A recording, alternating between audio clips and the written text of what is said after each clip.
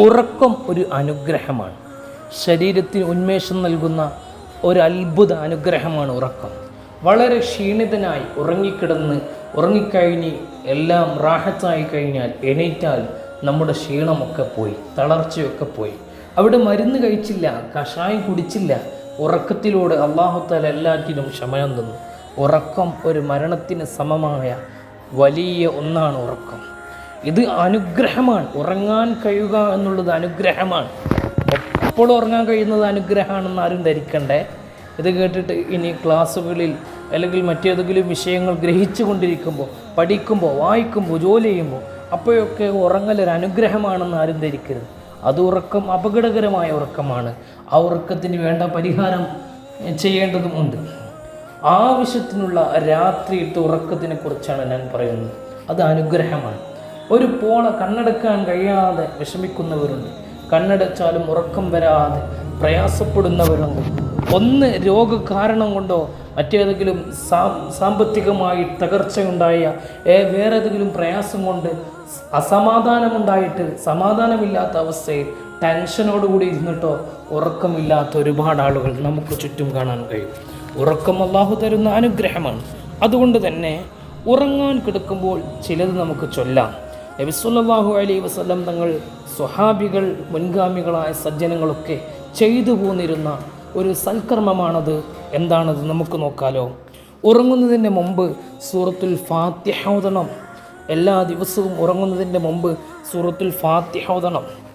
സൂറത്തുൽ ഫാത്തിഹ അത് ഖുർആനിലെ ഓർഡറിലെ ആദ്യത്തെ സൂറത്താണ്. അതേക്കുറിച്ച് വിശദമായി തന്നെ ഒരു വീഡിയോ നാം ചെയ്തിട്ടുണ്ടായിരുന്നു. സൂറത്തുൽ ഫാത്തിഹ വളരെ പ്രധാനപ്പെട്ട സൂറത്താണ്. എല്ലാറ്റിൻ്റെയും തുടക്കത്തിൽ സൂറത്തുൽ ഫാത്തിഹ നമ്മൾ ഓതാറുണ്ട്.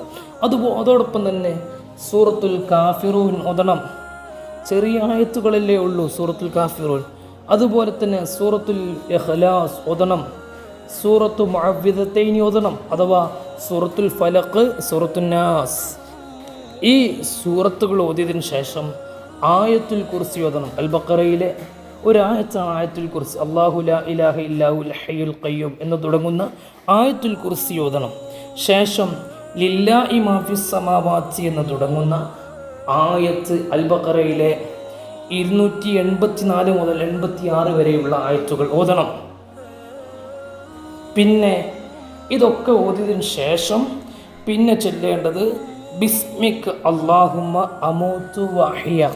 നേരത്തെ പറഞ്ഞ സൂറത്തുകളും ആയത്തുകളും ഖുർആനിൽ നിന്നുള്ളതാണ്. അത് ഖുർആൻ എന്ന ലക്ഷ്യത്തോടുകൂടെ ജനാപത്തുകാരനോ ഹൈലുകാരിയോ ചൊല്ലാൻ പാടില്ല എന്നെല്ലാവർക്കും അറിയാം.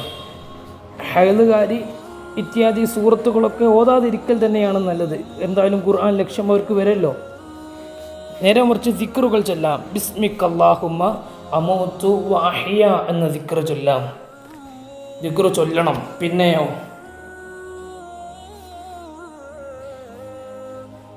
ഇതാണ് ഉറങ്ങാൻ കിടക്കുമ്പോൾ നമ്മൾ ചൊല്ലേണ്ടത്. ബിസ്മിക അല്ലാഹുമ്മ അഹ്യ വ അമൂത്. ഇനി ഉറങ്ങാൻ കിടക്കുമ്പോൾ നബി സല്ലല്ലാഹു അലൈഹി വസല്ലം തങ്ങൾ ചൊല്ലാൻ വേണ്ടി കൽപ്പിക്കുകയും സ്വഹാബത്തിനോട് പറയുകയും സ്വഹാബത്ത് ചെയ്യുകയും ചെയ്ത ഒരു വിഷയം കൂടെ നമുക്കിവിടെ പറയാം. ബിസ്മിക റബ്ബി വളഅതു ജംബി വബിക അർഫഉ അല്ലാഹുമ്മ ഇൻ അംസക്ത നഫ്സി ഫർഹംഹാ വഇൻ അർസൽതഹാ ഫഹ്ഫളഹാ ബിമാ തഹ്ഫളു ബിഹി ഇബാദകസ് സ്വാലിഹീൻ. ഇത് വേണമെങ്കിൽ നമുക്കിതിൻ്റെ ടെക്സ്റ്റ് ഇവിടെ കൊടുക്കാം. ഇൻഷാ അല്ലാഹ് ആളുകൾക്ക് നോക്കി ചെല്ലാനൊക്കെ എളുപ്പമായിരിക്കുമല്ലോ. പലരും നേരത്തെ പഠിച്ചതാണെങ്കിലും പെട്ടെന്ന് മറന്നുപോയവരുണ്ടാകാം. ഇതും ചൊല്ലാം. ശേഷം അല്ലാഹുമ്മ അസ്ലംതു നഫ്സി ഇലൈക വവജ്ജഹതു നഫ്സി ഇലൈക വഫളൽതു അംരി ഇലൈക വഅൽജഅതു ലഹരി ഇലൈക റഅബതൻ റഹബതൻ ഇലൈക ലാ മൽജഅൻ വലാ മൻജഅ മിൻക ഇല്ലാ ഇലൈക.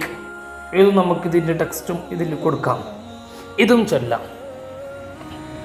ഇതൊക്കെ ചൊല്ലാൻ കുറേ സമയം വേണ്ട, കുറച്ച് സമയം മാത്രം മതി. ഇതൊക്കെ ചൊല്ലിയാൽ വലിയ നേട്ടമുണ്ട്.